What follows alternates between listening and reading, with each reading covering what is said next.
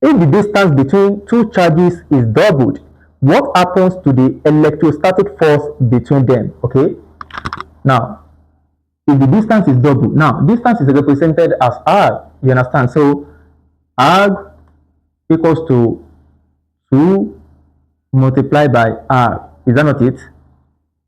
So I'm going to have 2r. That means that r is now 2r, you understand?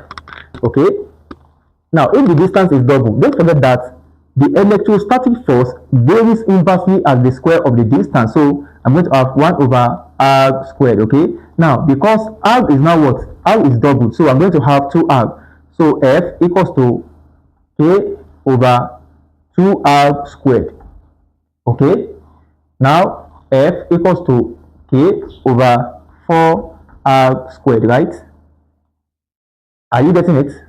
Now because the distance, please pay attention, it's simple. Okay, let us include q1 q2 q1 q2 q1 q2 all over 4r squared. Now f equals to 1 over 4 multiplied by k q1 q2 all over r squared. Do you know that I rewrite what I have at this top, I rewrite it as this, you understand? q1 q2. Okay,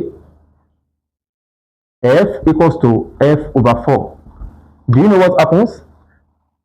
The product of q1 and q2 all over r squared is what? Is f. Do you remember? So I just replace kq1 q2 all over r squared as f. So f the electrostatic force is now f over 4. So what happens when the distance between two charges is doubled? What happens is that the electrostatic force decreases by what? By 1/4. You understand? Because now we are now dividing the force by what? By 4. Do you understand? If you understand, listen to the explanation again. The question is this: what happens to the electrostatic force between charges when the distance between them is doubled? And according to Coulomb's law, the electrostatic force is directly proportional to the product of the 2-point charges and inversely as the square of the distance. So when r is doubled, r becomes what? 2r, right? And because the force is inversely proportional to the square of the distance, I replace that f equals to kq1 k2, you know, from the formula. Then I replace the value of r as what? As 2r. Are you getting it? Now if you take the square of this, I'm going to have 4r squared. Are you getting it? So now I just isolate this formula from the expression that I have here. So if I bring out 1 over 4, then I have this in brackets. If I take the product of this 1 over 4 and this, I'm still going to have what I have here. Do you understand? So kq1 q2 all over r squared is what? Is f. So I just substitute this value as f. So the electrostatic force is now f all over 4. Now from this expression, what happens?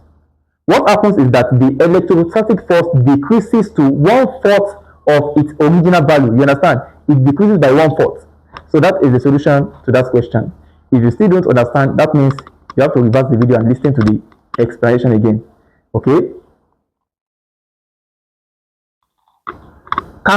To watch the complete class, kindly click on the link in the description of this video or the comment section. Okay? See you in the next class. To watch the complete class, kindly click on the link in the description of this video or the comment section. Okay? See you in the next class.